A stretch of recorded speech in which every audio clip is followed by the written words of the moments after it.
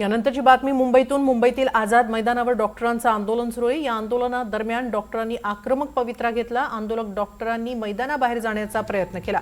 पोलिसांनी अखेर आक्रमक डॉक्टरांना वेळीच अडवलंय।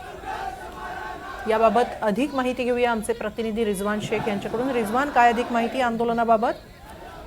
आपण पाहतोय आज सकाळपासूनच जे आहे ते ॲलोपॅथी आणि होमिओपॅथी डॉक्टरांच्या माध्यमातून आझाद मैदान या ठिकाणी जे आहे ते आंदोलन सुरू आहे। खरं तर या डॉक्टरांची मागणी आहे की जे सीसीएमपी दाखले जे राज्य सरकारच्या माध्यमातून एमएमसी मध्ये 1 वर्षासाठी मॉडर्न मेडिसिनच्या प्रॅक्टिससाठी राज्य सरकार जे दाखले देतात ते दाखले राज्य सरकारने थांबवून ठेवलेले आहे। खरं तर आपण पाहतोय की काही दिवसापूर्वी इंडियन मेडिकल असोसिएशनच्या माध्यमातून यांना जे ते विरोध दर्शवण्यात आला होता की आम्ही इंडियन मेडिकल असोसिएशनच्या माध्यमातून जे मॉडर्न मेडिसिनसाठी एवढे खर्च करून आम्ही प्रॅक्टिस करतो, परंतु जे ॲलोपॅथी आणि होमिओपॅथी डॉक्टरांना कशा पद्धतीने राज्य सरकार जे आहे ते एमएमसी दाखले का देते यासाठी जे आहे ते आयएमए आणि विशेषतः ॲलोपॅथी आणि होमिओपॅथी डॉक्टरांमध्ये वाद जो आहे तो राज्यभरामध्ये आपल्याला पाहायला मिळतात। आणि त्यामुळे आपण पाहतोय की संध्याकाळी 5 वाजेपर्यंत संपूर्ण आझाद मैदान जो आहे तो खाली करावा लागतो। आणि त्याचमुळे आता 4:20 झाले तरी सुद्धा या डॉक्टरांच्या माध्यमातून आक्रमक पवित्रा जे आहे ते घेण्यात आलं। तर सध्या तरी पोलिसांच्या माध्यमातून या लोकांना मध्यस्थी करून